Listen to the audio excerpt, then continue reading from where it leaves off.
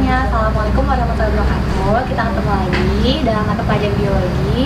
Dan untuk kali ini kita akan melanjutkan materi kita untuk membahas tentang sistem gerak pada manusia.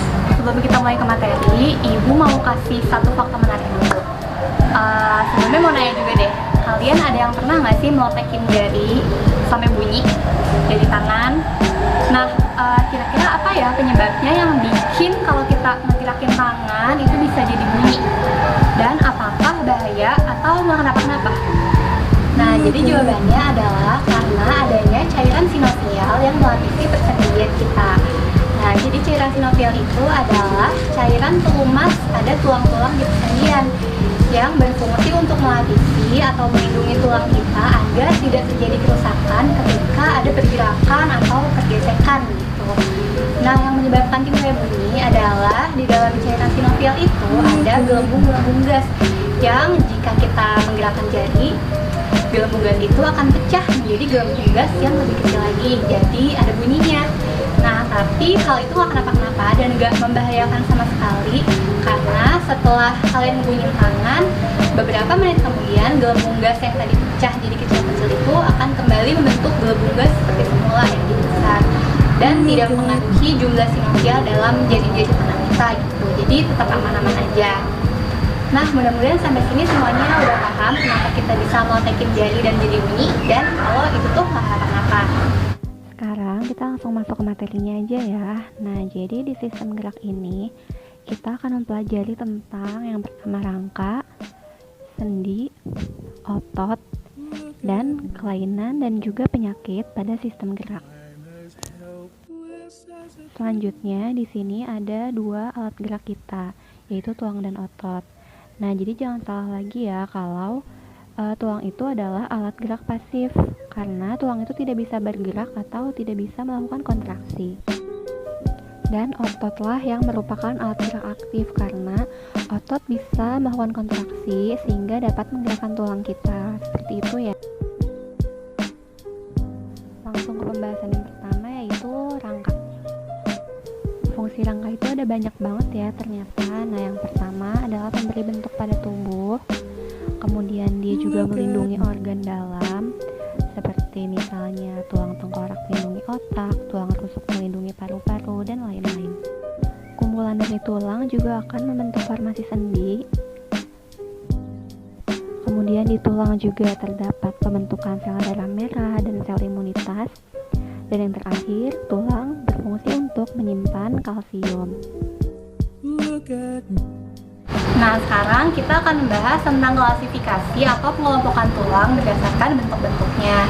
Yang pertama, ada tulang yang bentuknya pendek, contohnya kayak di tulang jari-jari tangan kita. Nah, kemudian yang kedua, ada juga tulang yang bentuknya bulat, contohnya kayak ada di lutut kita.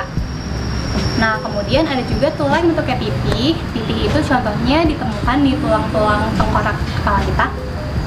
Selanjutnya ada juga tulang yang bentuknya panjang atau pipa, contohnya ada di tangan kita, lengan, dan juga ada di tulang kaki, kayak di paha sama di tulang kering, kayak gitu. Dan yang terakhir ada juga tulang yang bentuknya tidak beraturan. Tidak beraturan itu contohnya ada di kayak di tangan atas, tangan bawah, sama ada di bagian gelang panggul. Selain pengelompokan bentuk, ada juga pengelompokan rangka yang lainnya. Yang pertama ada rangka aksial. Yang kedua ada rangka apendikular. Nah, kita bahas yang pertama dulu. Rangka aksial adalah poros utama tubuh kita. Itu yang bagian tengah sini. Yaitu berarti ada apa aja nih? Ada tulang tengkorak kita ya, tulang kepala, kemudian tulang badan. Nanti kita belajar ada rusuk sama tulang belakang ya dan tulang-tulang lainnya.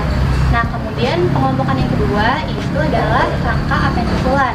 Rangka apendikular ini adalah rangka anggota gerak, yaitu meliputi anggota gerak atas, itu tangan dan bahu, dan juga anggota gerak bawah, yaitu dari gelang panggul sampai kaki, gitu.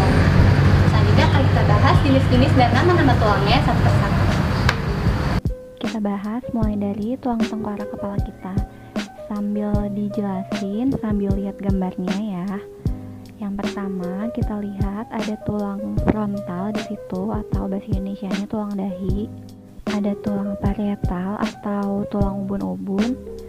Ada tulang temporal di samping kuping atau nama lainnya itu tulang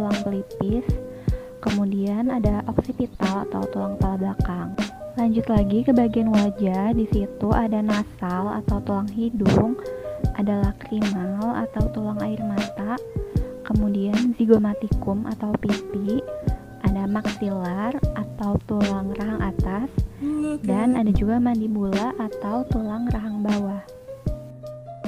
Selanjutnya ke tulang belakang atau vertebrae. Bisa dilihat ya kalau tulang belakang kita itu terdiri atas banyak ruas, ada 33 ruas.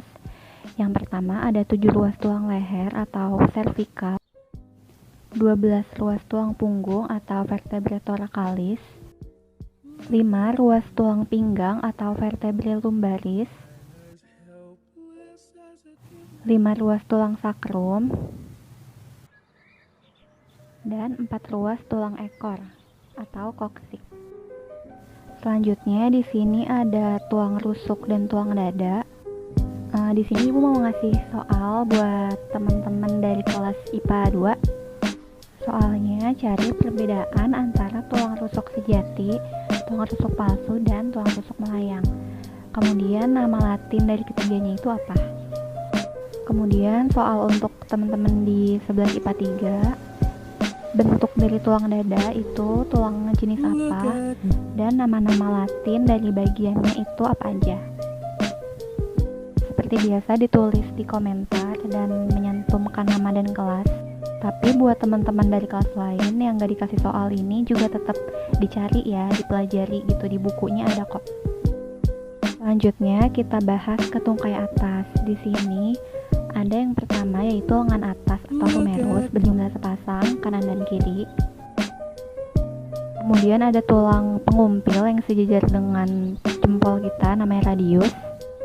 Ada juga tulang hasta atau ulna bahasa Latinnya yang sejajar dengan tulang kelingking kita. Jumlahnya masing-masing ada sepasang-sepasang. Kemudian ada pergelangan tangan atau karpal yang jumlahnya ada 8 di setiap tangan.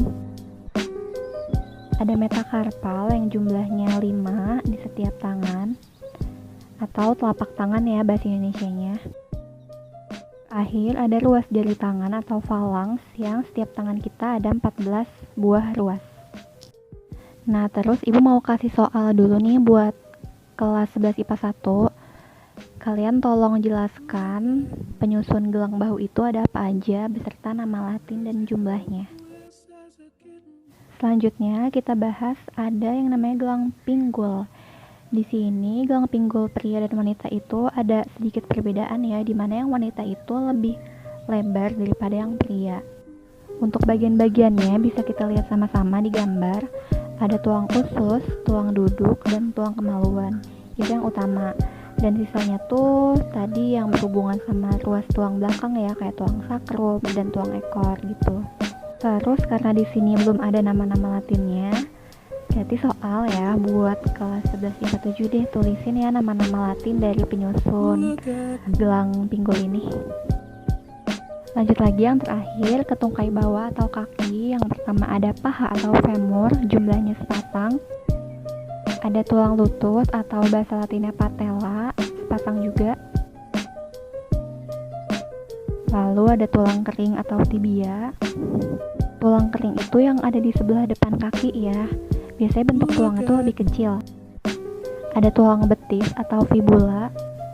Kalau si betis atau fibula ini yang di bagian belakang kaki dan dia tuh lebih besar daripada tulang kering. Selanjutnya ada 7 pasang ruas pergelangan kaki atau nama Latinnya tarsal. Ada juga 5 pasang telapak kaki atau metatarsal. Terakhir ada ruas jari kaki atau bahasa Latinnya phalanx. Jumlahnya setiap kaki ada 14 ruas. Kayak setelah kita belajar tentang jenis-jenis tulang, kita akan belajar ke persendian. Nah, yang dimaksud dengan persendian itu adalah hubungan antar tulang, di mana komponennya adalah di gambar berikut ini. Untuk penjelasan struktur sendi ini, Ibu mau minta kelas 11 IPA 4 untuk menjelasinnya ya, nama bagian dan fungsinya apa. Kemudian persendian sendiri dibagi lagi menjadi 3 jenis. Yang pertama ada sendi sinartrosis, yang kedua ada sendi amfiartrosis, dan yang ketiga ada sendi diartrosis. Kayak kita bahas satu persatu ya. Jadi yang pertama adalah sendi sinapsis. Nah, pengertiannya adalah tulang-tulang atau sendi yang tidak menghasilkan gerakan sama sekali. Contohnya ada di tulang tengkorak kita. Nah, jadi di kepala kita atau tengkorak kita itu adalah kumpulan tulang ya, tapi nggak bisa ngasilin gerakan sama sekali gitu. Nah, paham ya? Nah, kemudian yang kedua ada juga sendi ampetrosis. Nah, sendi ini adalah sendi yang menghasilkan sedikit gerakan. Ya, atau gampangnya gerakannya terbatas. Contohnya adalah sendi atau hubungan antar tulang antara tulang belakang kita dengan tulang rusuk. Jadi bisa gerak kalau kita bernafas gitu. Nah, kemudian yang ketiga adalah sendi diartrosis. Nah, di sini adalah sendi yang menghasilkan banyak gerakan. Kayak untuk yang sendi diartrosis dibagi-bagi lagi jenis-jenisnya. Yang pertama ada sendi engsel, kemudian sendi pelana, ada juga sendi putar, ada sendi geser, dan ada sendi peluru.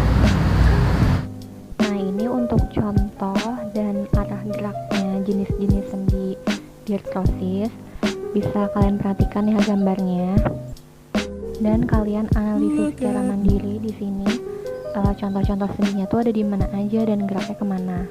Tapi untuk kelas 11 IPA 5 dan 11 IPA 6 yang belum dikasih soal, kelas 11 IPA 5 kalian jelaskan sendi putar, sendi engsel, dan sendi pelana.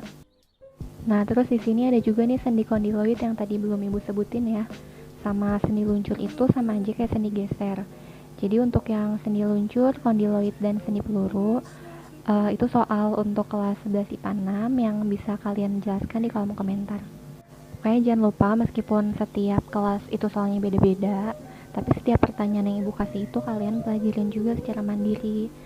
Jadi ini kan videonya cuma sebentar nih, cuma sekitar 12 menit, dan waktu belajar kalian ada 1 jam. Jadi manfaatkan sebaik-baiknya buat cari tahu materi yang lain. Jadi materi hari ini cukup sampai persendian dulu. Untuk selanjutnya tentang otot dan penyakit akan kita bahas di pertemuan selanjutnya. Terima kasih.